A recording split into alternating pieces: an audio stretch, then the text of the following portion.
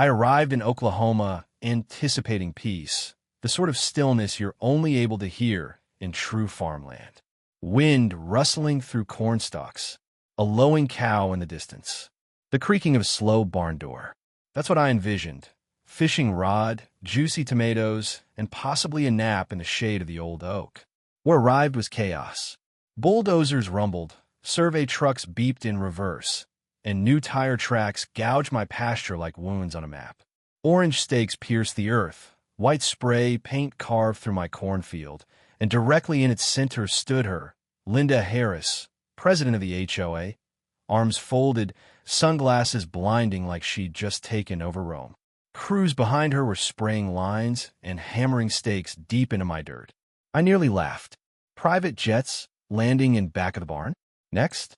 It turned out I wasn't even close, because that's what they were constructing, a private airstrip, on my property, without permission. Before we get into how far out this lunacy reached, leave a comment and let me know where you're viewing from.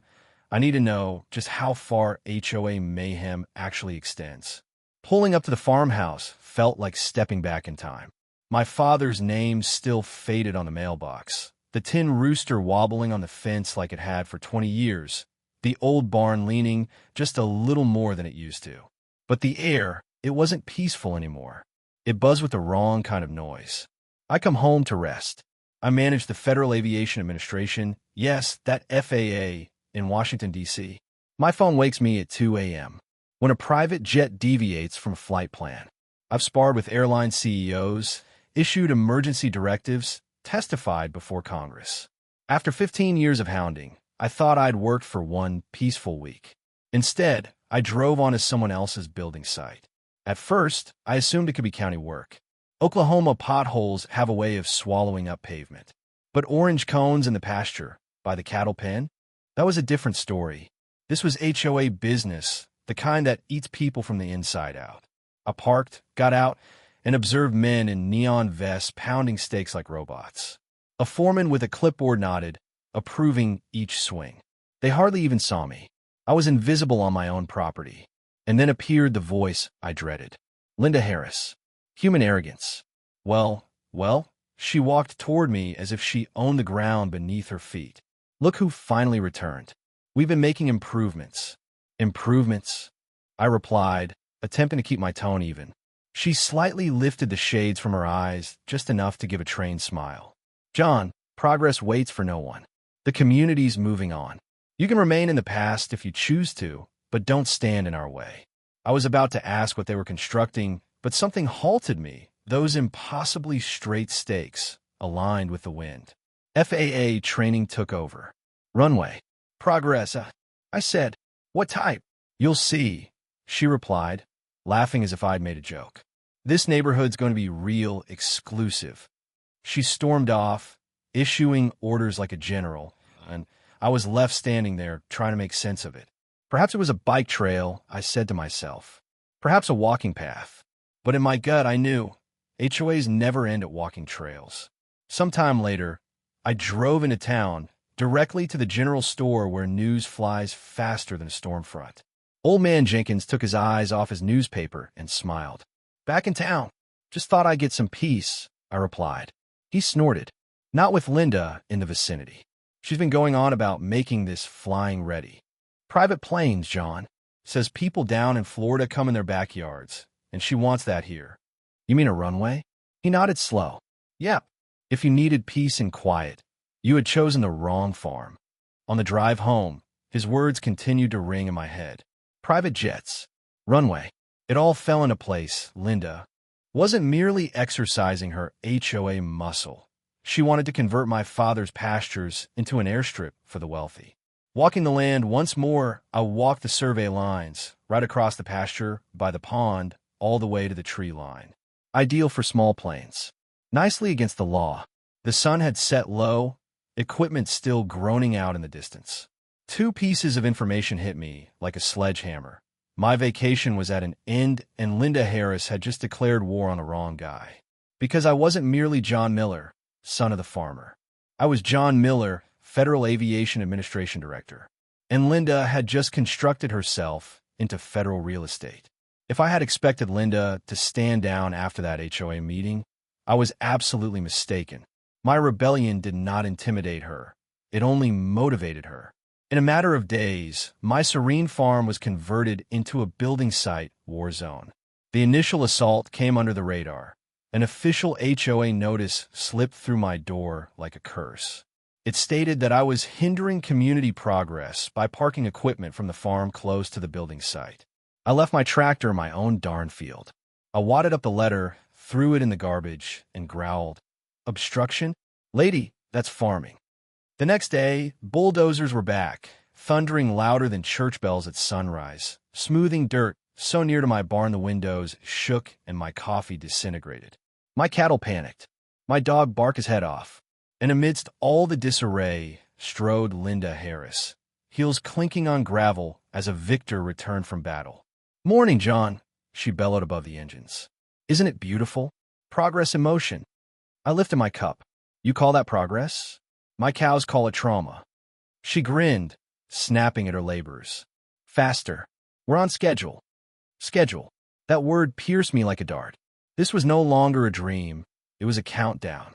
Linda was racing against something, perhaps the law, perhaps her own haughtiness. By noon, there was another letter, a $500 penalty for failure to cooperate with development guidelines. On my property, I laughed so hard I came close to ripping it in half. But that was not the end. Each day, Linda's black SUV drove by slow, windows down, smirk fixed. "Still resisting, John?" she'd yell out, as if a villain reciting her best line. Then one night, I caught sight of it, a shiny new sign pounded right into my fence line. "Future HOA Runway, private use. Opening soon." I tore up out of the ground, but the message remained. Linda wasn't joking. She was selling. That evening, I sat at my father's old kitchen table, surrounded by deeds, photographs, and video recordings of her illegal building. The house smelt of coffee and anger. My father's words roared in my brain. "Don't let them push you, son.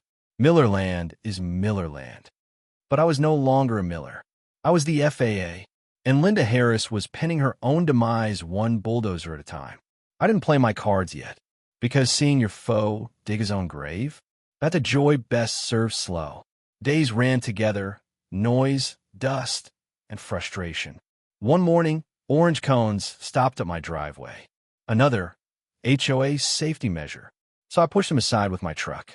One by one, slowly, the workers stood still, mouths agape.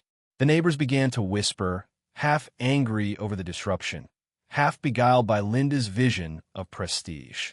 But in her private fantasy, I was the bad guy. She once actually warned me, clipboard held aloft like a sword. "You will be the man who killed progress." I inched closer. Or the man who prevented a tyrant from paving over the wrong earth. Her eyes flashed. "Regret this?" I grinned. "Linda, I'm already loving it." That evening, I watched from my porch as bulldozers cut a black gash across my pasture. To her, it was progress. To me, it was proof. "Dig deeper, Linda," I whispered. "You're close." Because soon enough, the actual storm wasn't going to be dust and diesel. It was going to be federal law. By the end of the week, I was fueled by caffeine and rage. Sleep was a myth. Amidst the noise, the post, and Linda's self-satisfied drive-bys, I was one bad morning away from losing it. But I didn't, because I had the trump card. Everyone believed I was just a farmer's boy. Dirt beneath the nails, sweat upon the brow. I enjoyed that. Being underestimated is strength. Because the truth was, I was the man whose signature could kill her dream before it ever had a chance to leave the ground. And she'd just gone and reported her illegal project to me. It came to me one quiet evening, sitting there on the porch drinking coffee. The sunset spilled orange over the half-finished strip. "You chose the wrong farm, Linda," I grumbled. "Not only did you trespass on my property, you trespassed into my jurisdiction."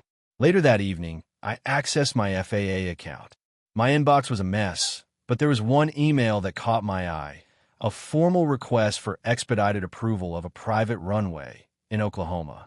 I opened it, and there it was, Linda Harris. No environmental study, no safety plan, no review, just arrogance online.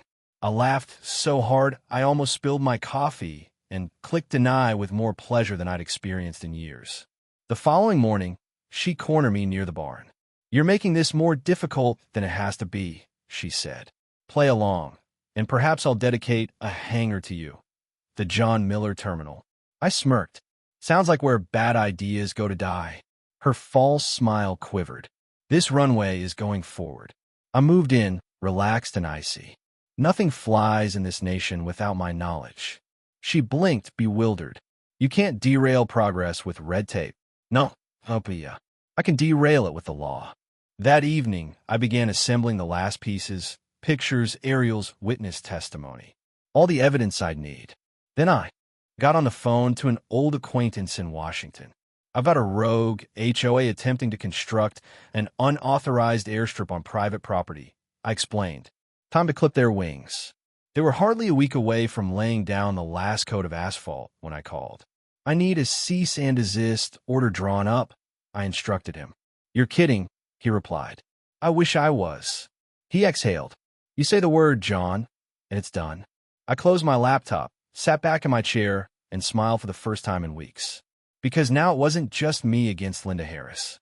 It was Linda against the United States federal government. And spoiler alert, the government always wins. The following morning, I traversed the perimeter of the site, camera in tow. Laborers stopped, mumbling beneath their hard hats. The news had traveled. This wasn't just some irate farmer. "Isn't he FAA?" one grumbled. "Does he work for the government?" Gossip travels in small towns. And this one was about to ignite. Linda's black SUV pulled up, dust behind her tires. "Enjoying the show? Hope you are," she shouted. "Oh," I replied, taking a picture. "Front row center." She grinned, sped off, and I couldn't help but smile. Because what they believed was a catwalk was indeed a case file. And that file was going to come crashing down on Linda Harris's desk like a ton of bricks. The game was changed from that day on. Linda continued to prance about as though constructing the next Dallas-Fort Worth, issuing commands and queen of the gravel. But I knew better. She wasn't constructing an airstrip. She was paving the path to her own destruction. My task was easy. Record every shovel, every nail, every cloud of dust. By day, a farmer. By night, an investigator. Step 1, surveillance. I drove into town and purchased a dozen motion-activated trail cams. By sunset, they were camouflaged all over my property, one by the cattle gate, one by the pond, one high in the old oak where she was building her illegal masterpiece. In a week's time, I had hours of film, bulldozers ripping up my pasture, trucks dumping gravel, workers hammering private airstrip signs into my ground. Gold. Clean proof. But the FAA doesn't trade in video. We trade in paper. So I solicited witnesses. Mrs. Thompson, a half-mile down the way, hadn't slept for weeks. "My windows shake like a tornado every night," she signed her affidavit. Then Mark, the young father down the path. "My children wake up at 2 o'clock in the morning from the sound," he testified. "I didn't come to the country to live in the shadow of an airport." By the end, I had a pile of signed affidavits thick enough to give a prosecutor a broad grin. Meanwhile, Linda was already practicing her victory speech. She pranced around the site, brandishing clipboards, boasting to anyone who'd listen. I even caught her bragging to some investors one afternoon. 2 weeks from now, this is going to be the flagship flying community in Oklahoma. Folks will plead to purchase lots. I just smiled inwardly, because in 2 weeks, there wouldn't be a runway. There'd be an investigation. And Linda Harris was about to experience turbulence she would never survive. She was already attempting to sell property on land she didn't legally own. That's when I caught on. Every time she spoke, she provided me with another rope to hang her case. During the next community meeting, I taped her from my shirt pocket. Linda strode on stage, microphone screaming, proclaiming, "Our HOA airstrip will be running by the end of this month. Membership dues will fund upkeep, and reserved landing privileges will set us apart from the state." The crowd applauded. I grinned. Each phrase was now proof. But the greatest part was yet to come when I tailed her fleet of trucks to their staging point at the rear of the clubhouse. That's where I discovered the mother lode, a stack of membership agreements, offering hangar space to anyone who would pony up $10,000. She wasn't merely violating federal law. She was perpetrating a fraud. I took pictures of it all, every page, every forged signature, every guarantee. My case file resembled less and less a complaint and more a federal indictment by the time I finished. But I waited, because if I threw her out too soon, she'd spin the narrative, cry government overreach, play the victim, perhaps even rally sympathy. No, I wanted her big reveal. The moment she crowned herself queen of the skies. That way, when the truth hit, the crash would echo all the way to Washington. And sure enough, opportunity came knocking. One morning, a glossy flyer appeared in every mailbox. Grand opening. HOA private runway. Ribbon cutting ceremony. Champagne reception. Live demonstration flight. Her arrogance nearly made me spill my coffee. She wasn't hiding anymore. She was inviting everyone to watch her self-destruct. I stapled the flyer onto my case file and called in one final time. Yeah, I said to my contact in D.C., she's having a party. Have the paperwork prepared. I'll require the cease and desist next week. He laughed. You're going to let her have the party first before you shut it down? Oh, definitely, I replied. The larger the stage, the greater the fall. The lead up to the event was complete anticipation. I tested the cameras, organized witness statements, captioned each photo. Even the cattle appeared to know, gawking at that accursed stretch of asphalt as though it were an alien invasion. At night, I'd sit on the porch, Oklahoma heat thick in the air, hearing my father's voice. When someone's digging their own hole, son, don't take away the shovel. Linda wasn't just digging. She was paving it, painting it, and selling tickets to the show. Then came the morning of the grand opening, hot, humid, and heavy with karma. From my porch, I observed the procession of SUVs, moving toward the unfinished runway.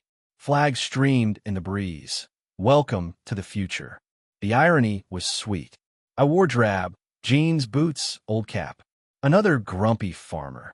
But in my jacket pocket, I had my FAA badge, the little nuke that was poised to derail Linda's dynasty.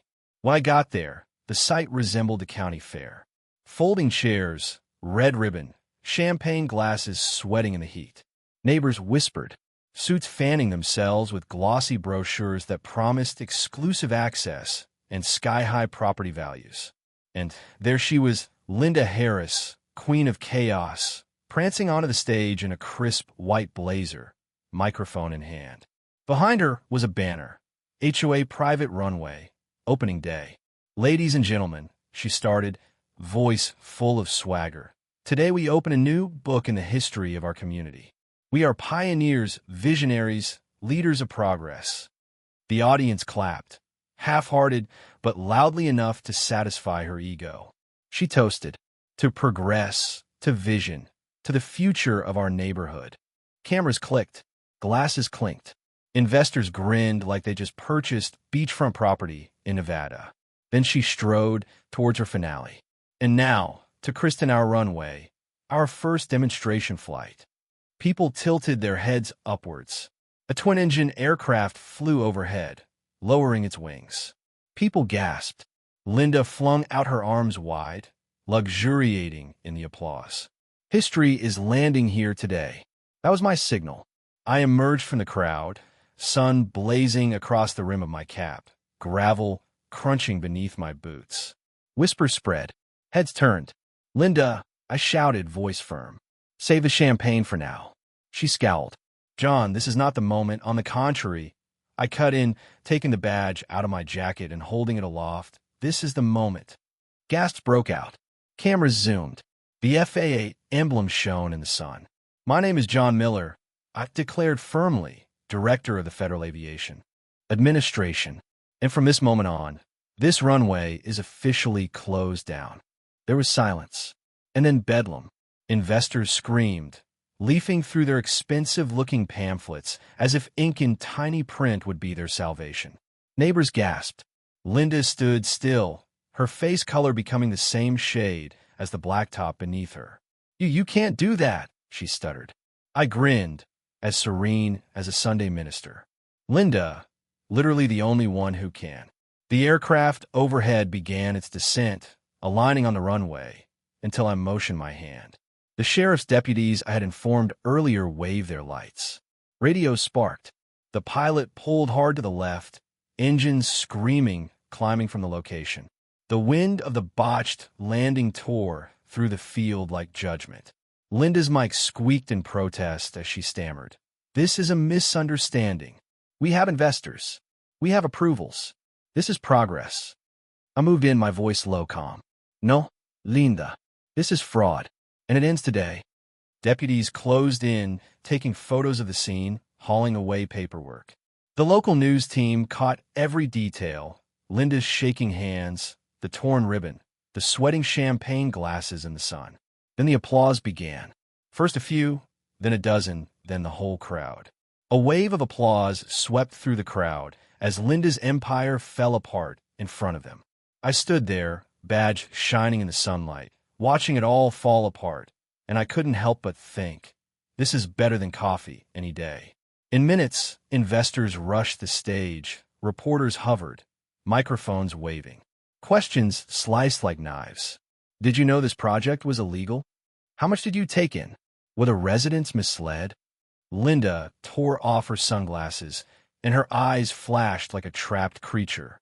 And at that moment, I knew her little domain had crumbled.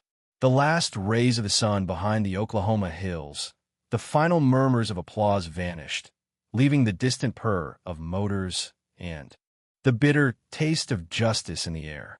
Linda Harris stood there immobile in the wreckage of her own dreams, papers strewn about, champagne abandoned, the banner in the background waving futilely in the breeze. The former grande dame of the neighborhood now seemed little by comparison to the long, empty strip of asphalt that would never know a single legal touchdown. I stood there for a moment, looking back at the chaos, investors shouting, deputies taking notes, neighbors whispering about the secret that no one ever really knows who lives next door, and feeling that quiet sense of satisfaction that is not the result of revenge but balance maintained. The federal order was signed, sealed, and sent. Her runway was now duly designated as unauthorized construction, pending investigation. 7 days passed, then bulldozers came back, not to construct but to destroy.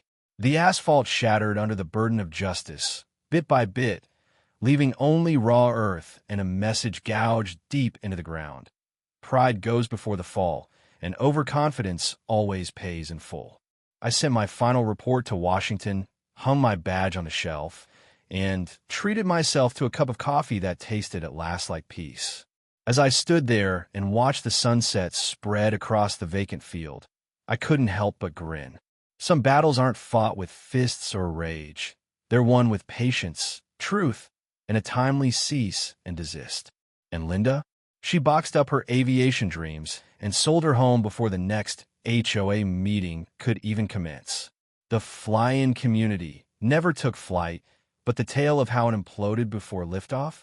That one flew further than she ever could have dreamed. Because in this neighborhood, you don't just cross the wrong farmer. You cross the boss of all HOAs in America. This is Neighbor Wars HQ, where each fence line conceals a tale, and some are fought and won before the first shot rings out.